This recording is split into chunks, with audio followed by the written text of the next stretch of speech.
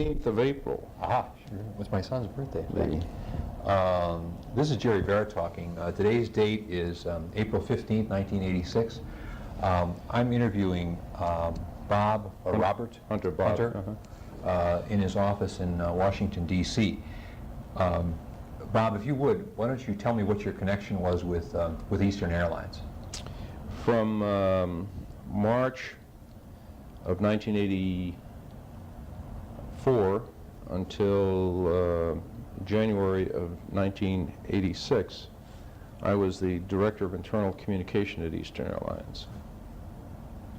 The perspective that I bring, I think, to whatever light is shed on the ebb and flow of labor relations at Eastern is probably more from the perspective of an employee rather than a member of senior management. My job was to facilitate a work climate in which information was shared about the corporation, its business goals, its progress in meeting those goals, its aspirations, its visions, its competitive situation, the impact of deregulation on us as a business, and all that that meant in terms of the way we had to progress and structure ourselves, and the constraints it placed on us, and the variables that intervened on our ability to reach our business goals, to create a work climate in which all of that information could be shared and understood and accepted, and ideally then acted upon by the employees in such a way that productivity was increased, so that the employees were all working toward a common purpose with some unity of effort, all from the same conceptual or philosophical framework, that sort of a thing. We did not succeed in doing that very well, in my judgment. We succeeded in implementing an internal communication process and in sharing a tremendous amount of information. We succeeded to a great extent in shaping a consistent message about the role that deregulation in the competitive environment that deregulation wrought, about the role that played in our business. We had consistency in those messages about that. We did not have a great deal of success, and maybe we had no success, perhaps, in, I think that's an overstatement, but, you know, there are some who would say we had no success in gaining any kind of confidence in management's ability to manage. We had no success in promoting a work climate where mutual trust facilitated the pursuit of business. I think that there were a lot of factors that contributed to our lack of progress in that area. One of the things that did not hamper us, however, and much to my surprise, was the openness at Eastern Airlines, the willingness to share information at Eastern Airlines, the almost passion on some people's parts for having people understand what competition meant to Eastern Airlines. So we had this openness, we had this willingness to communicate, as I say, that reached, from Frank Borman's perspective, I might even say he had a passion to have people understand what competition meant toward the airline. Mhm. But the problem was that there was a lot of baggage associated with that pursuit. Yes? Some of that baggage I can't address because it was ongoing way before my time, but obviously it had to do with the way in which management and labor interacted. A great deal of it stemmed apparently from Frank Borman's backing down in 1983 and refusing to take the IAM strike, or saying he was going to take the IAM strike, building everybody up to a fever pitch, getting tremendous commitment from them, as I understand it, and then backing away from that, from his viewpoint, at least his public statements, because we just simply couldn't afford to take the strike. What went on behind the scenes, I don't know, but there was that issue I don't think was ever adequately addressed publicly, nor proven that there really was a financial inability to take the strike. Mm. And from that point forward, he personally suffered great credibility problems, and there was a big blow evidently to the whole sense of harmony within the company. Although from what I gather, there had historically been disharmony between the three labor unions based on the fact that their contracts apparently never were open for negotiation at the same time, leading one to charge that somebody got a better deal than they did, leading other people to say that they were carrying the corporation on their back and they were subsidizing someone else, some other labor group, some other work group. So all of those kinds of things, which are historical, even as recent history as the 83 back down off the strike issue from the IAM, but I can't really address those because obviously I wasn't there then. What I saw and heard repeated consistently was the sort of watershed of the decision not to take the IAM strike. I'd heard a lot of corporate folklore about things that went on in Eastern going back years, that probably all contributed to whatever kind of a work climate I walked into at the time.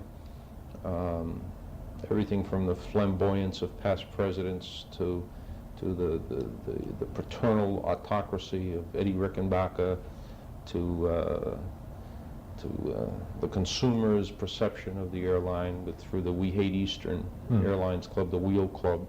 All those kinds of things obviously were baggage that had some impact.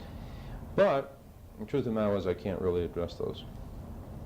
So what were the factors that I observed in the time I was there that had an impact on the work climate? Given the assumed watershed that 83 event produced, what other kinds of things happened subsequent to that in which I was involved? Well, one thing I think was clear, that event was never truly explained to anyone's satisfaction. The backing off of that, we're going to take this strike, we're going to defeat them, and the rallies and the emotionalism surrounding it was such a come down that there was never an explanation.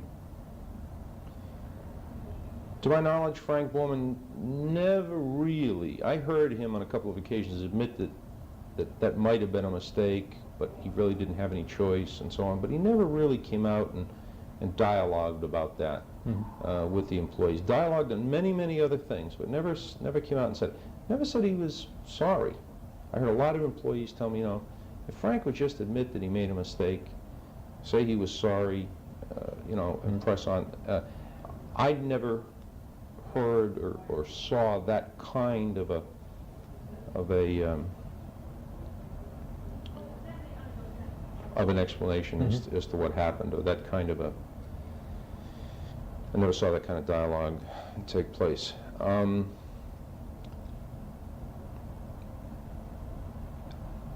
So that event wasn't positioned properly with the employees. The post-event wasn't positioned properly with the employees. At the same time, I believe that this whole wage investment program, the so-called WIP program, the 18% program, was never properly positioned. The way in which that program was perceived allowed all kinds of negative behaviors to continue on fully for the 2 years I was there. Let me give you a specific of what I'm speaking about. We called it whoever designed the program, called it a wage investment program. In truth, it was not a wage investment program at all. One did not invest, except in the broadest terms, one did not invest one's wages in stock. In exchange for what amounted to a wage freeze, employees were given stock. That event was never positioned that way. So consequently, it was derided as an investment program, and it very quickly became associated with a give-back or concessionary program. And in one sense, of course, it was concessionary. We concede to a wage freeze. But a give-back, well, you know, there's semantics there, but I am suggesting that those semantics were very powerful in the behaviors that they produced. My suggestion, of course, is that had that been planned properly and strategized properly, thought through properly, that some other kind of positioning would have set up a series of different behaviors and expectations and perhaps precluded some, if not all, of the hostility that was tended to become focused on that 18% give-back program. And that was never addressed, never really addressed. And once, of course, the perception was embedded in people's minds and the unions were allowed to use it for public rhetoric purposes, it just perpetuated itself. That was a mistake, a clear mistake from a public relations perspective, from a communications behavior perspective, in not shaping a message properly and positioning it properly and then merchandising it, if you will, properly. It just was never done. I don't know who the players were in that, except that I suspect most of that came out of the human resource area, because there was no internal or employee communication activity in the public relations department or corporate communications department at that time. Oh, there wasn't any until you arrived? There was not any until I arrived. I see. Well, that's a little bit misleading, because what there was a corporate newspaper called Falcon. Okay. And historically, evidently, there had been perhaps a little bit more than that, but my understanding is that internal communication in Eastern Airlines prior to Dick McGraw's arrival, prior to my arrival, had basically consisted of a corporate newspaper. Okay. That's not my orientation. My orientation, as I indicated in the beginning of our discussion here, was to establish a process, a communication process, which is a very different sort of a thing. A process implies behaviors and lifestyle and management techniques that are just part and parcel of the way in which you do business. It is not dependent upon production of some media. Okay. It means something different than the internal communication person as an internal mouthpiece for corporate management. The internal communication practitioner is really a facilitator, as I think I said earlier, a facilitator of the exchange of information, and someone who's concerned with creating a work climate which involves some behaviors, all of which tend to be positive and contributory toward the corporation's goals. Almost an organizational development kind of a role. Really? Yeah. And as a matter of fact, because it has that ring to it, and there are few internal communication practitioners in corporate America today who work for public relations people who have that sort of OD orientation, Immediately, there seemed to be set up at Eastern some, at least it was my perception, that there was some resistance from the Human Resources Department as to what we were trying to do. So there was a sort of an implied competition there. They owned people, they had the organizational development responsibility.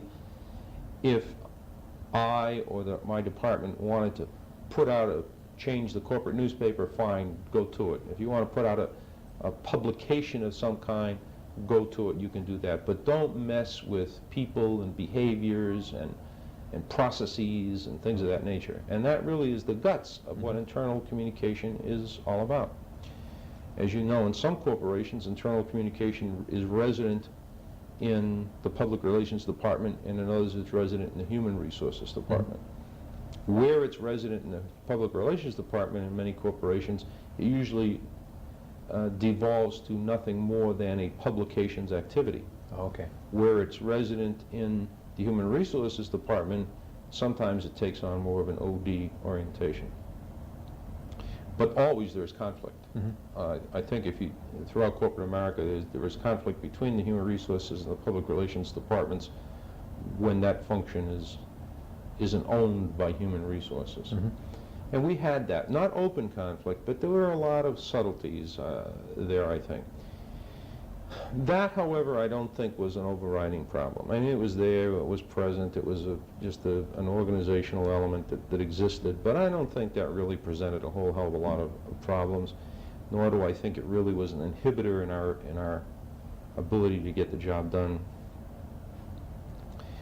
The things that really were factors were, more importantly, the things such as I described, the inability to position an event properly, craft the message, the signal that was sent about that event, such as the 83 thing, or the wage investment program, or the 18%, and be consistent in the application of that viewpoint.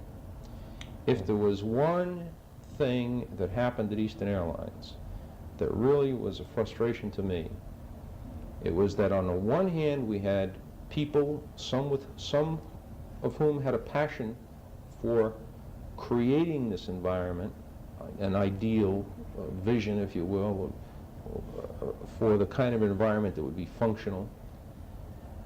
But we never were consistent in reaching out for that ideal. We never, for some reason, we never were able to consistently pursue that objective. A lot of it, I believe, had to do with Frank Borman's tendency to micromanage. He couldn't resist the temptation at times to sort of dip down into the organization and put his thumbprint on some activity or event or direction or thrust that was ongoing, or it was about to begin. Not that he did that consciously, I don't believe, not that he did that. It was just sort of pent-up energy he had that had to expend itself in some way. He couldn't sit back and allow something to develop. He had to sort of get into it.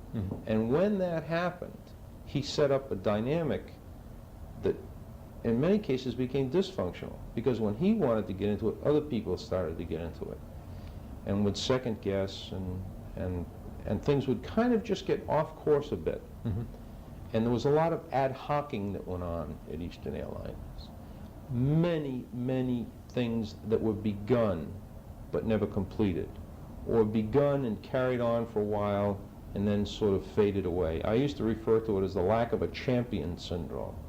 You know, I believe that if it's not somebody's job, it's nobody's job. And very often you had, you know, intermittent white knights who came through charging with an idea, but as the horse they were riding got tired, they quit riding that horse. And there was no institutional way to change horses and keep going with that idea. And down at the employee level, mixed signals. Absolutely mixed signals. That was the one thing that we heard more consistently from employees than anything else. You speak with forked tongue. What you say and what you do are two different things. You don't act consistently, speaking to senior management. And I have to agree with that. There was at the same time this desire, but an impatience, or whatever the hell you want to call it, that just wouldn't let things, you couldn't stick with something long enough to let it work itself out. Can you think of any specific examples of that?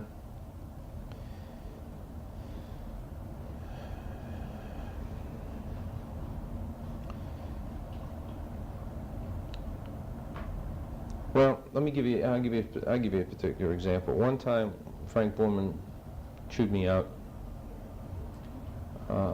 I was talking about a process as opposed to putting out some publication, some product.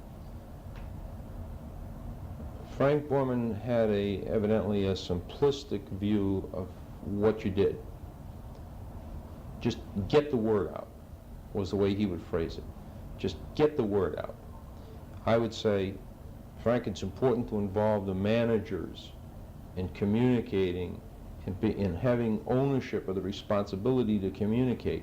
And it's important to hold them accountable and for them to feel accountable to be part of this process, instead of just something going straight from the 9th floor to Joe Blow on the shop floor in the hangar. That the managers have got to be part of this process, and we've got to hold their feet to the fire to make it happen. And he blew up at me one time and said, that may be some goddamn esoteric answer, but I told you to get the word out. In his frustration over the fact that people didn't understand what was happening to Eastern Airlines in light of the deregulation and the incursion of all this competition into our marketplaces, he somehow, I guess, believed that if you just told the people enough times, strongly enough, you know, they'd understand, they'd all roll over, they'd all become willing, you know, I don't know what the expectation was, what behavior he wanted from them. He wanted them, I guess in the final analysis, he wanted them to give up more and more and more of their wages, because that was the clear, controllable cost which was identifiable. And so I guess, although he certainly would never say that, I guess what he wanted was them to all voluntarily take 3 paces forward and say, I'll volunteer all this extra money. The way I've referred to that at times was, he tried to get us at times to communicate with all the subtlety of a megaphone. Use a bullhorn to communicate. Make the communication louder. You know, you're just not making it loud enough because they don't understand, or they don't seem to be listening. Well, what really was happening is they were hearing everything we were saying, but they weren't necessarily accepting everything we were saying. And the reason for the lack of acceptance was their lack of faith. And their lack of faith was a function of what they perceived as a lack of respect for them as people, and a lack of confidence in management's ability to manage. A lot of that was pure anxiety on the part of employees, obviously. You know, you guys are losing money. You must be screwing it up. I've given you 18%, I've given you this, I've given you that, I've given you productivity improvements, and we're constantly losing money. You must be screwing it up. It's sort of a parent-child relationship. What never was allowed to develop was an adult-adult relationship. It continued to be a parent-child relationship. You know, if I want to change, if you're my child and I want to change your behavior, if I yell at you long enough and loud enough, I'm going to hope that I at least intimidate you into changing your behavior to conform to what I expect. That was kind of what we had at Eastern. The sophistication, there was this, as I said, this tremendous willingness to communicate, more so than many other companies I've worked for. People were willing to share information, senior people, and they were accessible to employees, much more so than the present corporation I'm in. They were not isolated. They were not blind to what was on employees' minds. They were accessible to employees. They were willing to pass information down through employees. And at the end, in fact, we came around to where we were willing to recognize that managers had to have a role in this process. More and more that was me. But we never really got over that parent-child relationship. We continued to try and use the bullhorn to communicate instead of some more sophisticated approaches. Employee involvement was another area for which I did not have responsibility, but which was a process-oriented, work climate-centered activity that was very much dependent and based upon communication. And it had a lot of problems. It had some baggage associated with it because of its association in the past with quality circles, which were associated with union-busting tactics, not only at Eastern, but I mean, you know, nationally. There was a lot of union skepticism about the so-called quality circles thing. And so employee involvement was sort of seen as maybe a little bit a part of that. So they really approached it with some skepticism. Initially, if I were to plot on a chart how employee involvement developed and worked at Eastern, I would say it began with modest enthusiasm. There was a groundswell of enthusiasm where there was some results and activity was heightened. But then an external event would just cut it right off at the knees. There'd be another labor negotiation issue. There'd be more vitriolic statements made by either side, and the employee involvement would directly follow that on a downward slope. I always felt there was constant pressure on employee communication, on employee involvement, the employee involvement program, process, just as it was on the employee communication process, to produce results now. To give me, I'm looking for a magic bullet, a silver bullet, a magic potion to fix this. And I'll reach out any place I can and grab something, almost in a panic. If employee involvement looks like it'll do it for me, I'll glomp onto employee involvement. I'll give it all the support and rhetoric it needs that I can give it, hoping it'll save me. If I can hire somebody to do internal communication and that looks like it offers a promise, I'll go and do that, and I'll glomp onto that and see if that can do it for me. If I can hire a guy from B.F. Goodrich who's got a reputation in labor relations and make him the IAM babysitter, which is really what Jack Johnson was, I'll do that and hope that that saves me. You know, that will pacify the IAM that way. We'll win them over. We'll co-opt them. We'll do whatever the hell perception was it could be done with the IAM. I think Frank always felt that the pilots was sort of his own particular niche, and he could identify with them, and he could win them over and do whatever it was he had to do with them. I always said that as far as labor relations at Eastern were concerned, that we ignored the flight attendants, we kissed the ass of the pilots, and we coddled the IAM, and took the non-contract employee for granted. We never somehow were able to apply consistent policies or emotional responses to any of those four work groups. And that was perceived by the people. They could see different reactions, different loyalties, different intensities, different agendas for each of those groups. And it was a dysfunctional thing. So employee involvement toward the end, I don't know where it is now, but toward the end became virtually non-existent. One of the other problems with employee involvement, I think, was it was tied to dollar productivity. And when dollar productivity sort of topped out, and it became more costly to try to identify the savings than you could achieve from the savings themselves, it had no place to go. It was never terribly successful, or really even got started, so to speak, with the flight attendants. The pilots next. IAM and non-contract tended to be the most active work groups in the employee involvement area. And certainly the IAM produced a lot of productivity savings through the IAM, but then again, if they just worked at 8 hours a day, they could produce tremendous productivity savings.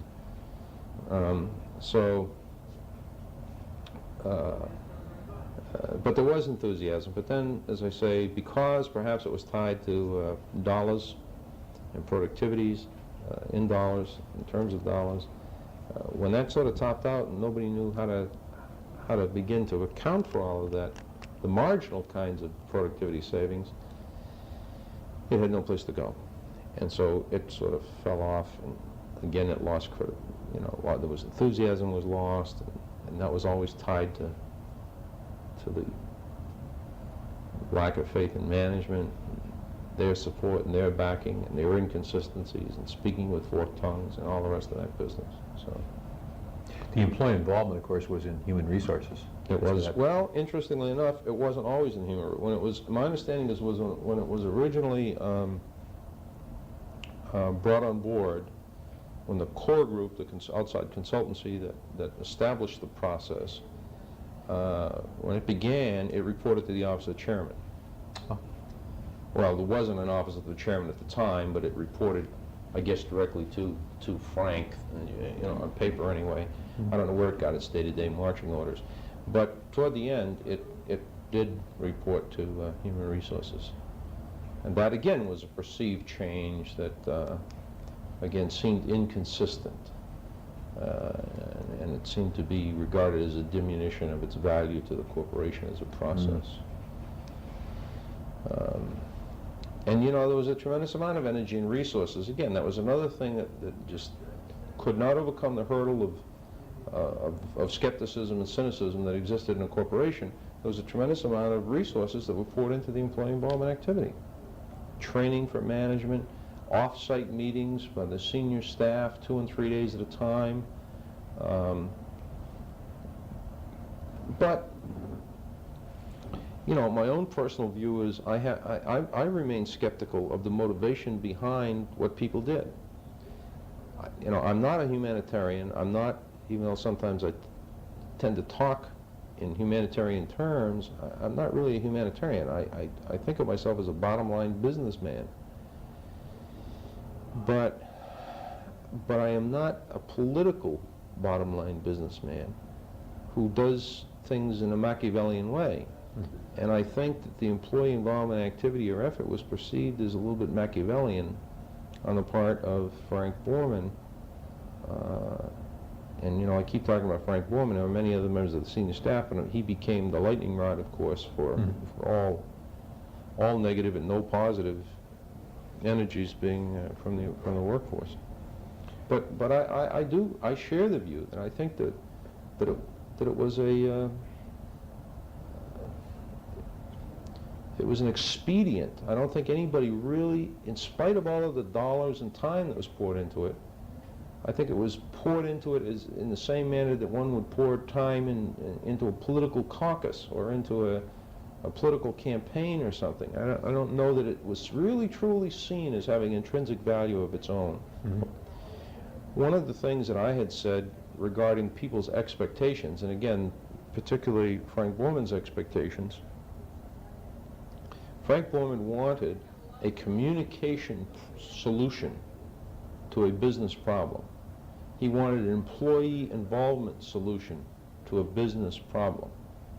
Those are unreasonable expectations that can never be fulfilled. There can never be a communication solution to a business problem. There can only be a business solution to a business problem, of which communication plays a part, in which employee involvement plays a part, in which labor relations plays a part. None of those pieces were ever brought together in any way, in any form. There never was a, quote, chief of staff operating at Eastern. The closest thing we had to a chief of staff kind of an operation who could pull all the disparate parts of the staff together, I suppose, was Joe Leonard in the final days. That's what I mean. but you know, the last part of the time I was there, it was the closest. Was he capable of doing that? Joe? Yes. I don't know if I can intelligently make a judgment about that. I just don't know. I didn't have long enough to observe him, I don't think, in that capacity. And there was so many extraordinary events impinging upon the time that he was in that job when I was there that I'm not sure I could make that judgment about it. But one thing in terms of the rest of the staff appeared clear to me, and that was they were very, in one sense, very autonomous. You know, it's ironic in a way. If Tom Peters were to look at Eastern Airlines, you know, in search of excellence, Yes. we look at Eastern Airlines, we met many of the criteria which he outlined for an excellent company. You know, he talked about ready, aim, ready, fire, aim, you know, where you got to get out there quick so you don't have, so you fire, you go for it, you shoot from the hip and so on. Well, we were masters at that, you know, we were masters at that.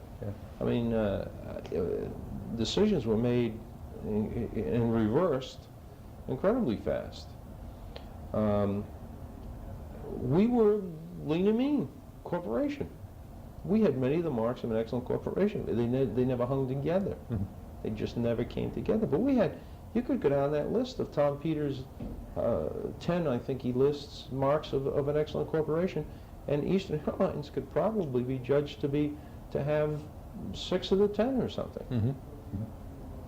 You know, but if you take them in isolation, but if you watch them operate dynamically, you could say, my God, it was a prescription for disaster. The individual staff members did their own thing in many ways. There was a clear stratagem for dealing with Frank Borman, and that was be the last one to talk to him. The last one in the door will carry the day. You know, he'll react to the last thing he hears. And so it was, we just never could pull it together. You know, would a chief of staff, a strong chief of staff, been able to do that? I'd like to think so. I've worked in corporations with a strong chief of staff who could kick ass and had authority.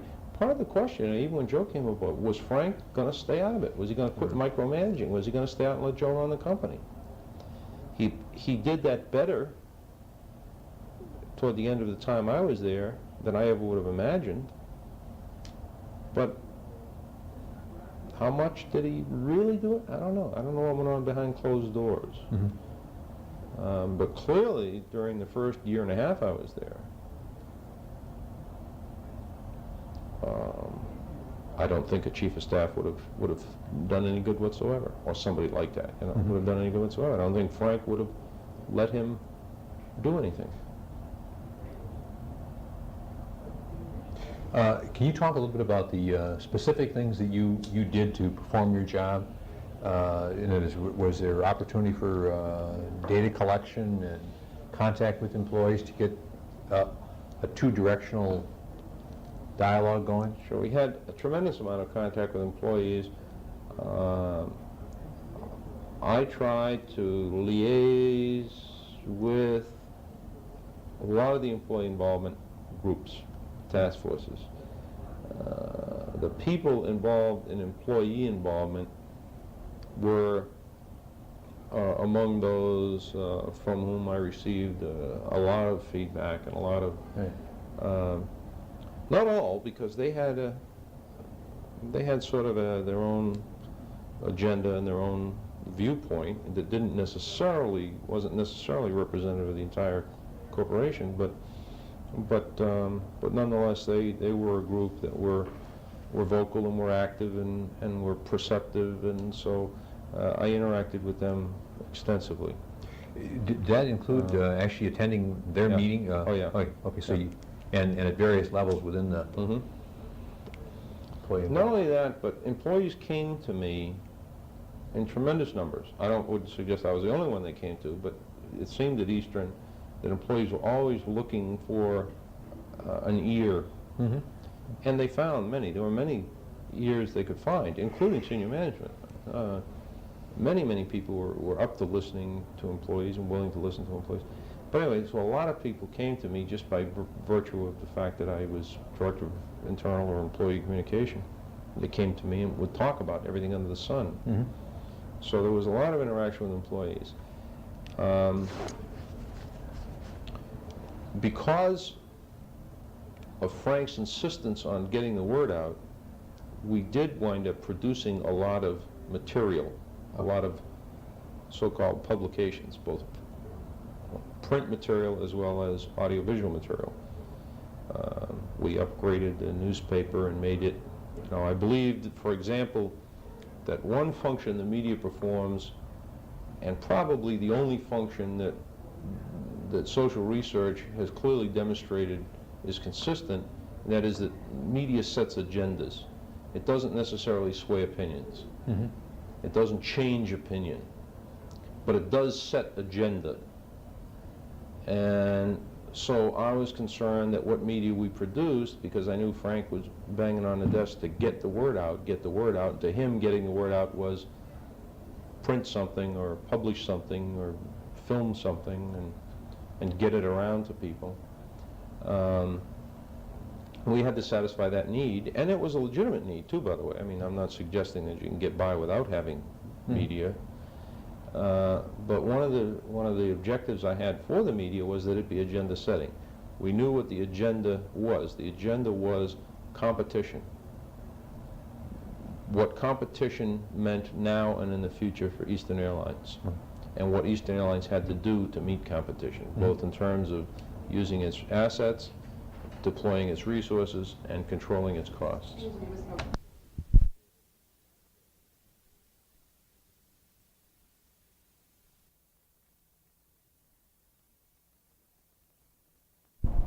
Okay, we're back on. One of the analogies that I heard with which I agreed about how we tended to tackle the labor problem at Eastern was that we had a tendency to cut the tail off the dog a piece at a time. And that every time you revisited that operation, it hurt just as much as the first time, if not more, because you were anticipating the pain, and so it became multiplied.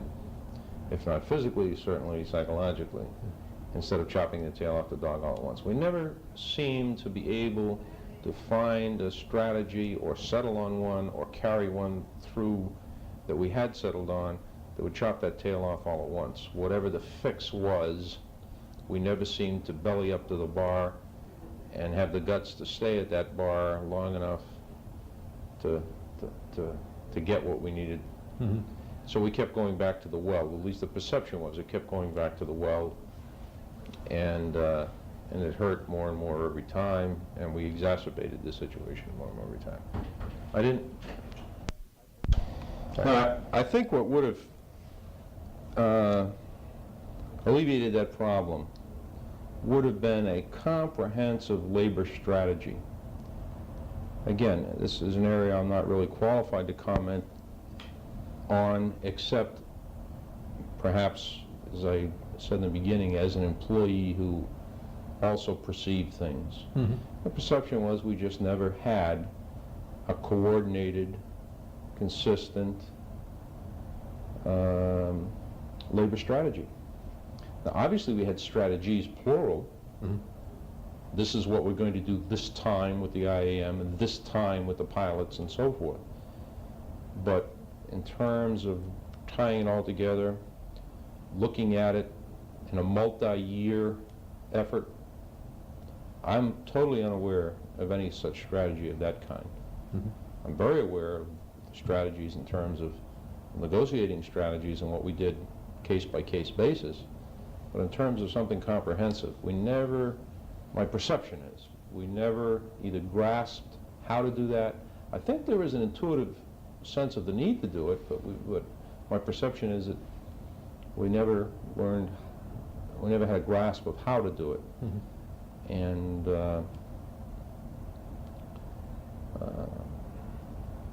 So it just never got done. You've worked in in a setting where there was unions before, in other corporations? No, No. Do you have them here? no. Do you think that make much difference? Because you're dealing with,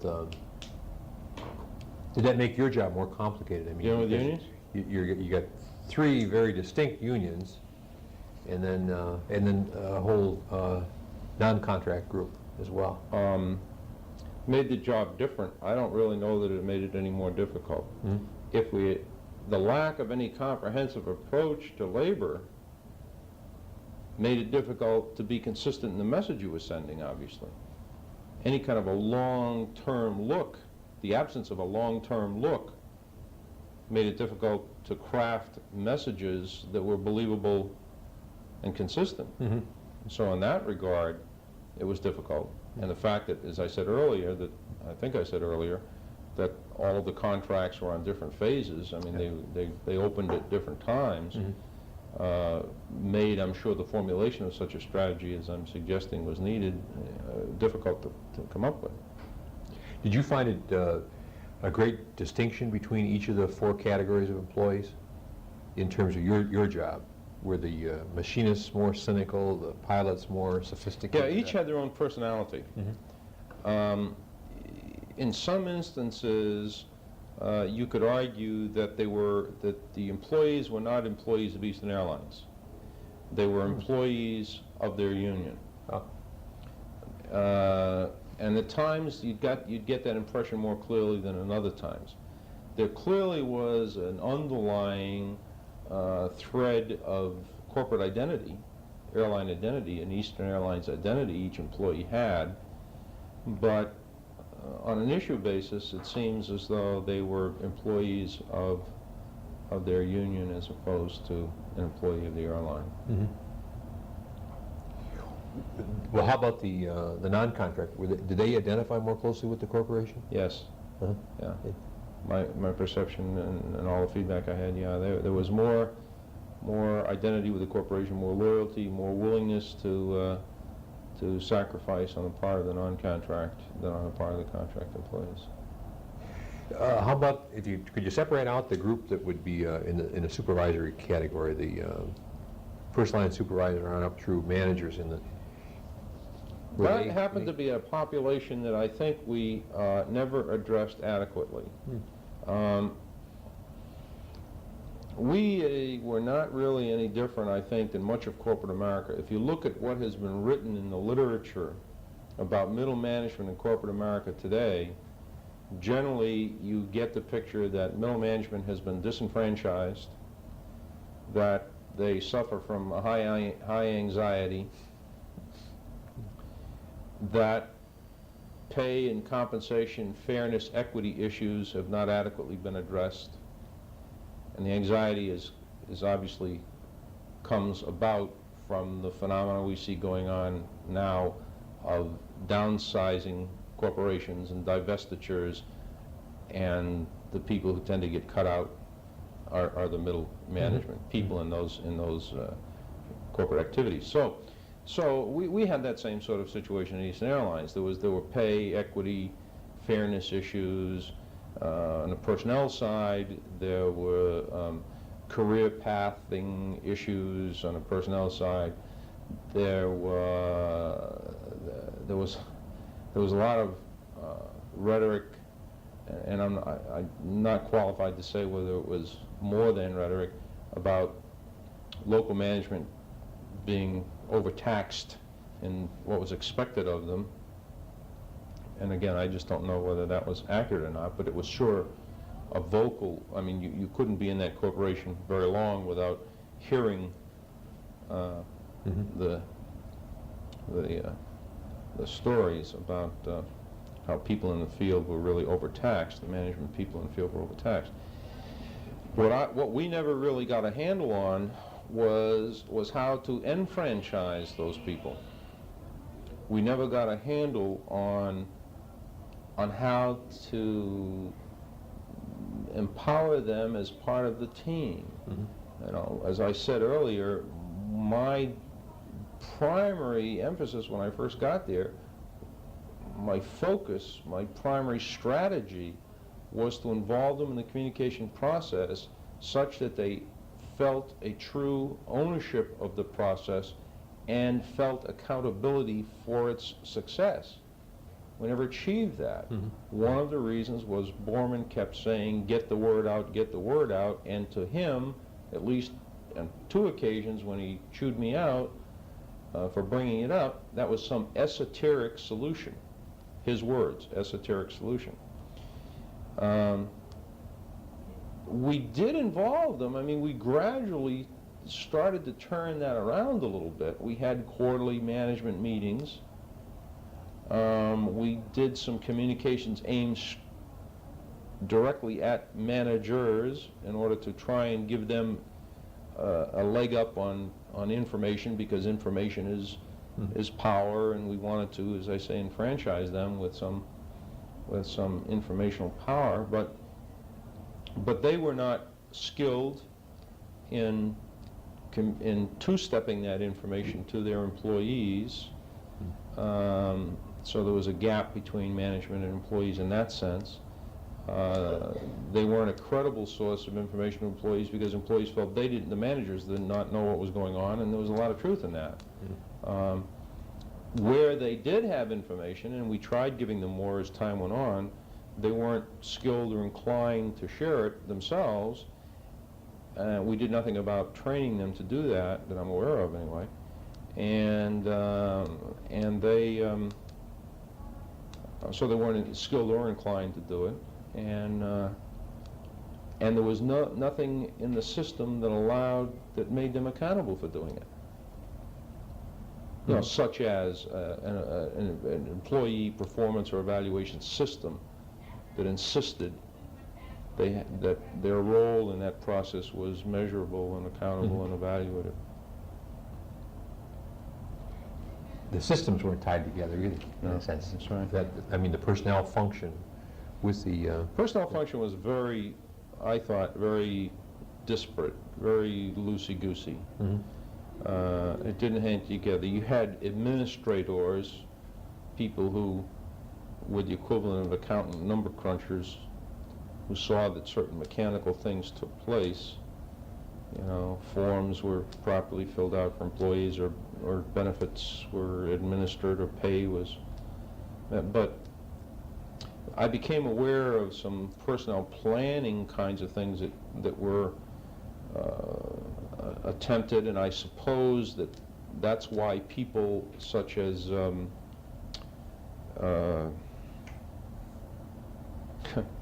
can't think of his name all of a sudden. My mind's gone blank. Siebert was brought in. Larry Siebers was brought in, I suppose, was to provide that kind of a planning and development function.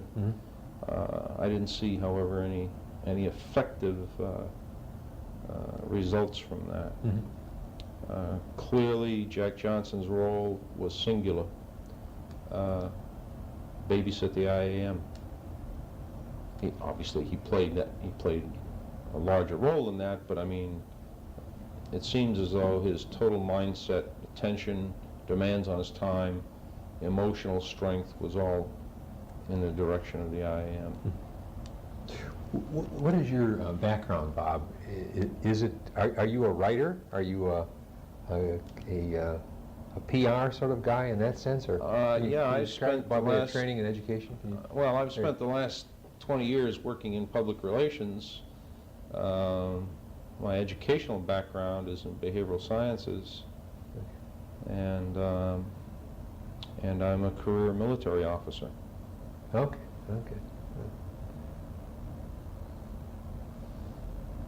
I can relate very quickly to some of the stuff you're saying, and I hadn't anticipated that I would as easily, thinking of you in a traditional sort of communication sense. So the role you saw yourself playing was different than what I had anticipated. Yeah, different than most people would anticipate, I think. Yeah. And a role I had to fight in order to play, as far as I was concerned. because it was much more easy to be regulated to a media role, that of an internal publicist, if you will, an internal press agent, if you will. Yeah. And certainly, as I said, there was the production and dissemination of internal news or information was necessarily a part of the job, but that wasn't the real guts of it. That wasn't the real dynamic that I had as a mission. Since you knew Dick McGraw before, I take it he supported the role you were trying to play, but beyond there, it was there were difficulties. Yeah. On the other hand, you see, the other hand, if you ask, except for a couple of instances such as I related to you about just get the word out, don't give me esoteric solutions, except for that sort of a thing, though, one of the frustrations was if you asked people, if you sat down one-on-one with senior management, you'd get almost universal philosophical agreement with what had to be done. Yes. You see? Yeah. But it never came together. There was nobody who could pull it together. Frank Borman clearly could not pull it together. No member of the staff could serve as a unifying force and pull it together and make it happen. I don't think it could, because I think Frank wouldn't let them. He had just too much nervous energy. He could only stand to be still so long, then he had to jump into the middle of something and make something different happen. And it was all those different happenings that kept pushing us, nudging us off course. Some of the problem that had to be explained to employees, that Frank and others thought had to be explained to them, is extremely complicated. Let me reflect on it this way. The various employee pay plans or pay adjustments or pay wrinkles that they had, I talked with Bob Evans about that, who is down in Human Resources, and I know a little bit about that, but he just overwhelmed me with the complexity of that. I talked with Wayne Yeoman at a whole different level, but his involvement with the financing of all of this, the purchase of new aircraft and the complexities of the big debt and all that. And again, it's an extremely complicated thing for the man on the street or the employee on the shop floor to understand. It is and it isn't. First of all, you have to question of how much he needs to understand. If he's dying from thirst, one doesn't have to go into the chemical composition of water to satisfy his thirst. If he wants to know what time it is, he doesn't have to learn to be a watchmaker to discover what time it is. So, I would argue that you did not need to go into the complexities that Bob Evans would be interested in taking you into. What you needed was a clear vision of what the message was, and then consistently pursuing the transmission of that message, not in words, but in words and actions. The two had to be consistent, and that's where we fell short. Well, I was going to... You know, Frank used to get frustrated, for example. Employees were constantly asking him whenever, and there were plenty of opportunities for them to interact with him, and they would constantly ask him or question his commitment to the employee involvement process, for example. And I said, you know, he would be tremendously frustrated. He'd say, yes, I believe in it. Yes, I'm behind it. Here's what we've done. We've committed staff. We've committed resources. We've committed time. We've done all of this. And he would repeat that over and over again, and people still didn't accept, because somehow they sensed that this was a Machiavellian commitment. It was not, you don't see intrinsic value in this thing, do you, Frank? I mean, yes, you're supporting it. Yes, you're doing these actions, but you really don't believe in it, do you? And the rhetoric would be to say, yes, I do. And then there would be some action that would tend to back up that rhetoric. But on the other side of the coin, in some other area, something else would happen. Some other inconsistency would surface with regard to employee relations or the messages. And they would look at that and they'd say, see what you're doing over here? You're fibbing to me. because I'm watching you with both eyes. And one eye, out of the corner of this one eye, I'm seeing something different happening over here.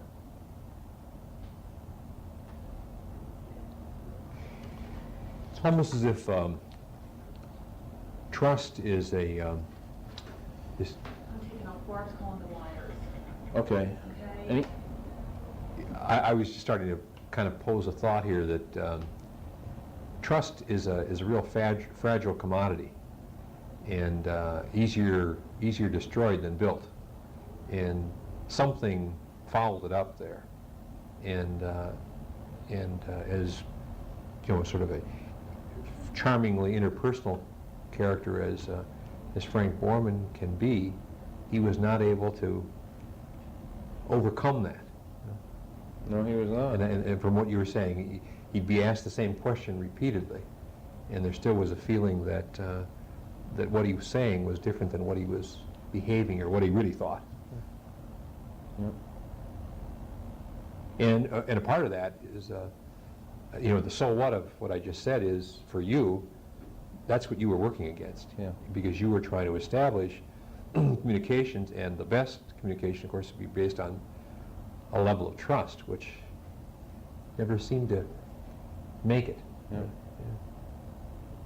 That must have been a frustrating job for you in many ways. It was frustrating from an organizational standpoint. From an interpersonal standpoint, it was very satisfying because I got tremendous feedback from employees who said, we see what you're trying to do, and we agree with what you're trying to do. Mm-hmm. And so from that standpoint, personally, it was very satisfying. From an organizational standpoint, it was frustrating. Mm-hmm. I was in. I've only seen a couple of issues of the Falcon, but I was impressed with the level of things that it tried to discuss, telling about that Piedmont is doing this and United has done that. And Well, that was part of what I said earlier. That was part of the strategy of setting an agenda.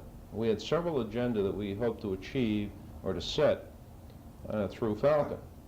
One of them was the competitive agenda, to continually keep before the employees what the competition was doing. yes. But there were other business issues that we constantly tried to set before the employees. As a matter of fact, it's still going on. It's interesting because last night in my mail I got a copy of the latest edition of Falcon, Okay. and there is a piece in there that I had requested be written before I left, and it just showed up. Right. But what it was a synthesis from business publications such as Business Week. I asked my editor to go through the business publications such as Business Week and to extrapolate from all those publications examples of corporations that were changing and were failing because of competitive influences, so that it wasn't just an airline industry phenomenon. And there were instances such as problems controlled data corporations having at the moment, and banks, and so on and so on and so on. And so that piece just happened to show up in this latest edition of Falcon. But again, that was part of the strategy of setting an agenda. And one of the things on the agenda was change. Mm-hmm. We dealt with that from a business perspective, and we also dealt from a personal or an interpersonal perspective. If you look through Falcon, you'll see consistently in there articles, usually on the op-ed page, that had to do with how people and organizations adjust to change. Okay. So again, those were all very conscious decisions we made. Mm-hmm. We weren't seeking to fill Falcon, but we said, Falcon is an agenda-setting mechanism. What is the agenda we want on employees' minds? And then we began to seek out stories that would fill that agenda. From your contact with employees, was it readership good? Oh yeah, the readership was good. The Falcon had lost credibility, from what I gather. I don't really know where credibility was in the past. The qualitative comments and descriptions I got was that it was considered to be strictly a management tool, a mouthpiece of management, and so on. There had been some edicts given. In this case, I'm told, the case I'm about to cite, I'm told the edict was given by one of the former vice presidents, senior vice presidents of personnel or human resources or whatever the hell it was called at the time, guy by the name of Marv Amos, and he decreed that there would be no mention of unions in the company newspaper. Oh. Well, you can imagine what that did to its credibility and believability as a as a communications. Well, we had union news in there. It never got where I wanted it. I wanted, for example, editorial pieces by union leadership in there. Well, of course, they had their own reason for not wanting to do that themselves, naturally. Yeah. But, we probably would have gotten there, all the things being equal, if we'd been allowed to pursue that course and things had happened and so on. But we just never did. There was an effort, though, apparently, to get non-writers to write, non-staff of the newspaper. Oh, yeah. Put in. Were you successful with any other groups of getting them to write? Not really. We had a plan. I mean, it's just we were overcome by time and events. We had a plan to launch before I left, to really make a concerted effort at doing just that. But it's just one of the things we just didn't get to. Of course, the Falcon was only one piece of media that you used. Right. The other, because of the spread of your employees with tape and other things like that. Right. We had one vehicle which proved to be very popular. Interestingly enough, Frank Borman thought it was a gossip piece. He told me one day in one of his bad moods, critically, that I was putting out some gossip thing or something. It was called Bulletin Board Briefing Notes, and went out about 3 times a week over a telex system to work locations. But there again, I used that vehicle as an agenda-setting tool. And in that, primarily, I shared industry news with people, primarily. But then we would use it to communicate other kinds of, and periodically I'd do some editorializing in it, some of which got some hostile reaction. But it had a great credibility and a great followership. And it was timely, too. It was coming out that frequently. And of course, that, above all else, is what employees, it's interesting, the research over the years clearly points out what employees want. First and foremost, employees want information from their immediate supervisor, above and beyond anything else. That is the preferred way they want information. There are some, second to that, they want information from the senior leadership of the corporation. That's usually the goal-setting, visionary kinds of information, and then the less grand kinds of things they want from their immediate supervisor. American business and industry has done a terrible job of meeting that need, that defined preference. In terms of the kinds of information they want, that also is very clear. They want information about the business plans of the corporation. They certainly want personnel information, things that affect them personally, pay, benefits, that sort of thing. I thought we did a terrible job in that regard, by the way. Terrible job in that regard. We just could not get cooperation out of the Human Resources Department. Philosophically, we got all kinds of agreement. In practical, everyday terms, we couldn't get them to move their ass on anything. An employee handbook, for example, we had just laid dormant for a long time. An employee orientation program to acculturate people to Eastern Airlines as an organization. An effective orientation program for them, just couldn't move that off a dime, and several other examples of that nature. But so employees want that kind of information, but then they want business goals and progress and how are we doing and so on. And we made progress in that area, but with the credibility issue that existed, the information was there. Frank Borman, I am convinced, never believed that the employees understood the impact of deregulation. I believe they understood the impact of deregulation. They just didn't want to accept the bitter pill. Yeah. It's a totally different dynamic. Yeah, it is. Totally different. And of course, if you viewed it that way, then he'd say repeat it again till they do understand it. Repeat it until they do understand it. Yeah. Right. And accept it. And accept it according to his definition. But I will say, in all fairness, though, on the one hand, we had these sort of obstacles or whatever you want to call them, but on the other hand, there was great openness and willingness to communicate. in terms of sharing information. Mm-hmm. That wasn't the weakness at Eastern Airlines. The weakness was in trying to get a comprehensive approach to the problem. And there was no one at Eastern Airlines who could provide the unity of direction that was needed. Were you still there when when at the end of the year, I suppose that would be the end of '84, Borman,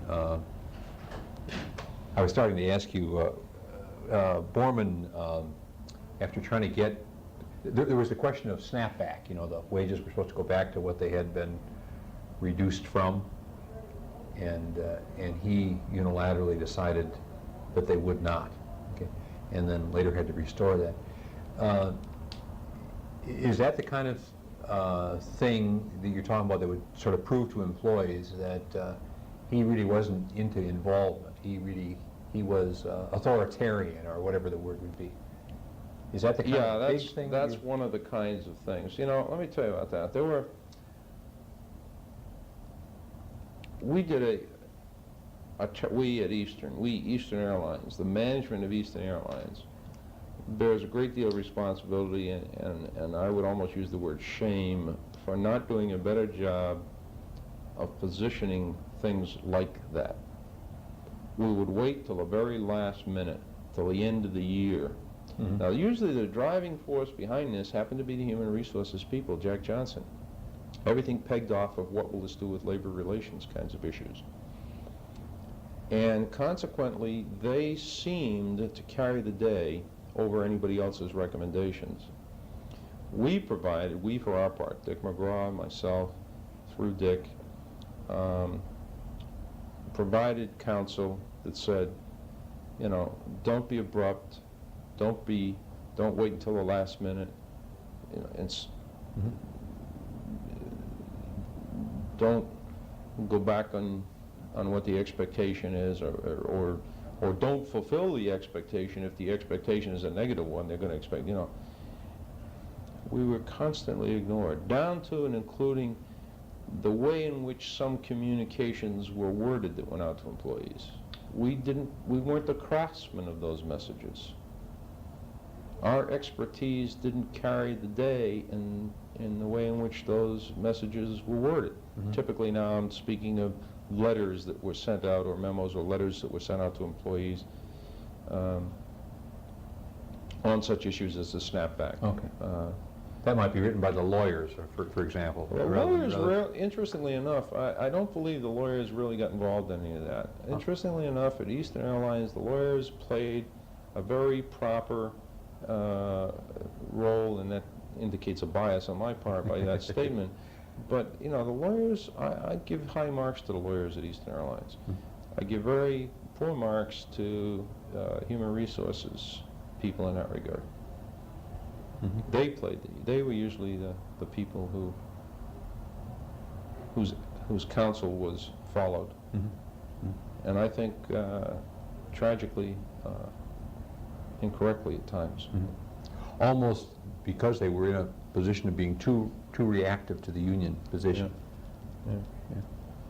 Did you have much contact with any of the union officials? Oh yeah, constantly. Any observations about the? It's quite a cast of characters.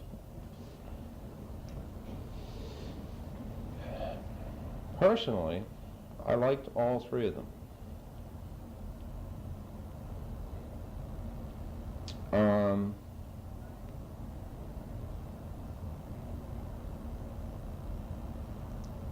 At the end, I really began to question Charlie Bryant's honesty.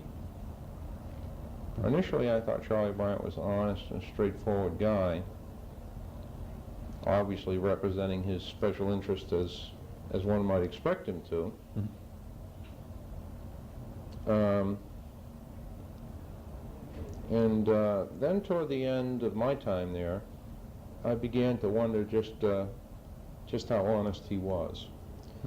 And I say that he more than the others because, of course, as you know, he was on, the union leaders had insider information, and as members of the board of directors, they knew what the corporate situation was. Mm-hmm. And insofar as they were unable to maintain that dual role between representing the interests of their membership and representing the interests of the corporation, I have to question their ethics or their sense of duty or their honesty or whatever else you'd want to use to describe, because I don't think Charlie did a good job in serving either interest, frankly. As a result, I don't think he did a good job of walking that line, and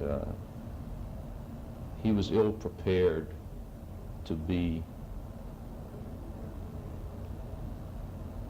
know how to behave with all the information he had from the corporation on the one side, and yet facing the pressures of election from a union leadership, from a union membership on the other side. And I don't think he handled it very well. Callahan was a different type of a character. He fancied himself as a labor philosopher. He tended to want to be academic in his approach to things, and conceptual and philosophical and so forth. He was not a politician like Charlie was a politician. Callahan was a politician. I'll tell you, I think that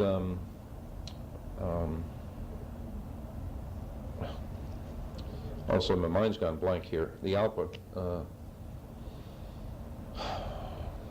Isn't that terrible? I can't say it now either. Oh, God, I can't believe that I just forgot his name. I think that he was, I'll think of it in a second.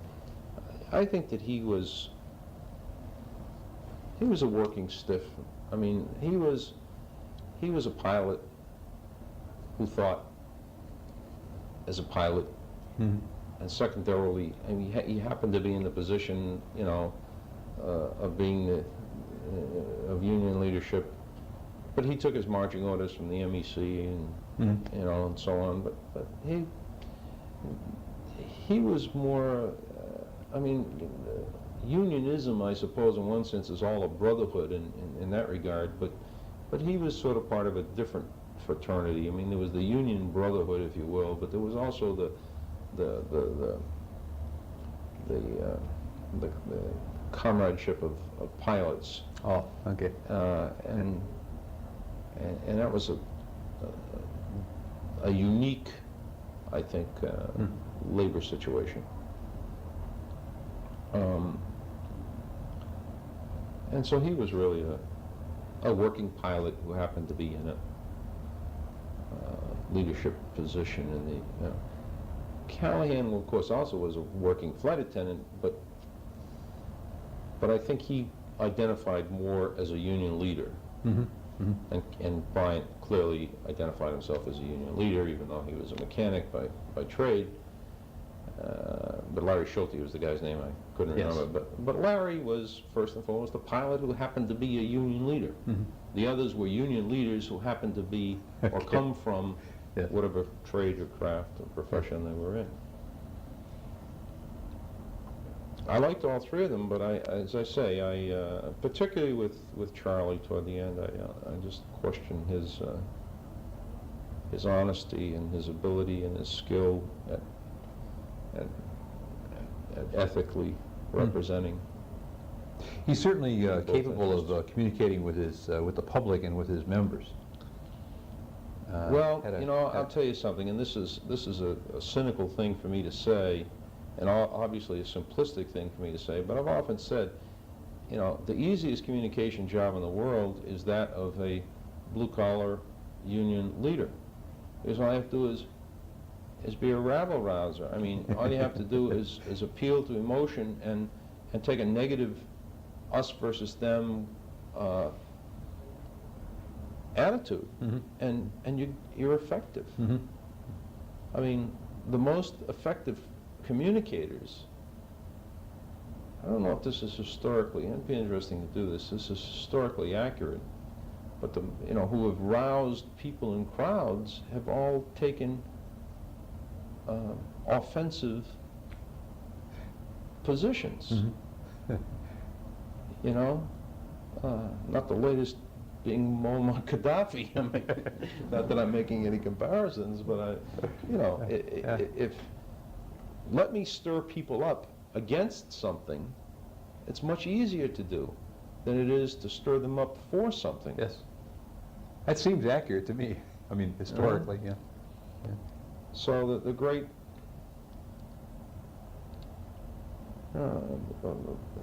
every social movement is generally against, not generally, is against the status quo. Mm-hmm. So the people associated with social movements are fostering negative thinking. They're against something. Mm-hmm. Because they want to change the status quo. Yes. Yes. And you can take that back to Christ if you want to. Although I don't know that Christ was in. I guess I would exempt that example there because I can't think of any negative. He never really did say anything negative. But if you look at leaders of social movements,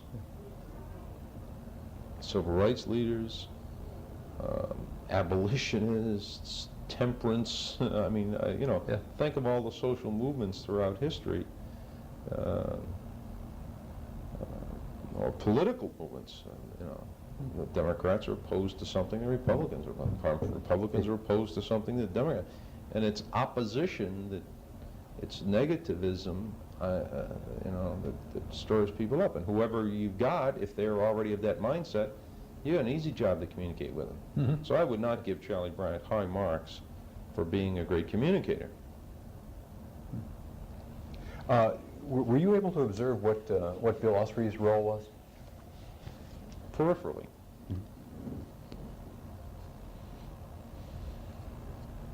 Interesting enough, I have no concept of whether this is accurate. But someone explained to me once why Bill Usry was at Eastern Airlines. And it sounded so plausible that I believed it. And it went this way. That Whippensinger, who was international president, IAM international president, suggested to Frank Borman that he hire Bill Usry. Now, going back to what I said about Frank Borman before, Frank Borman would reach out and grab at anything that was going to give him a solution to the problem he felt he had at hand. If that's an accurate portrayal of how Usry came to Frank Borman's attention, then it's clearly understandable why he had a position of power at Eastern Airlines. If in fact he was suggested by Whippensinger, Mm-hmm. and Borman clearly saw the IAM as his nemesis, then here was a guy who could bridge the gap in Borman's eyes, and therefore I'm going to do and listen to whatever he says. Interesting idea. Yeah. I don't know if that's accurate, however, but I was told that, and I said, at least it's plausible. Mm-hmm. That that's the way it went down.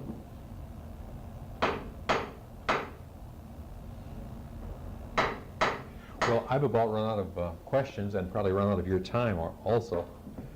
Stayed much longer Okay. than I thought I would. Happy Do to. you have anything further? I don't think so. Okay. Thanks much, Bob. I really appreciate your time and willingness to talk. My pleasure. Okay.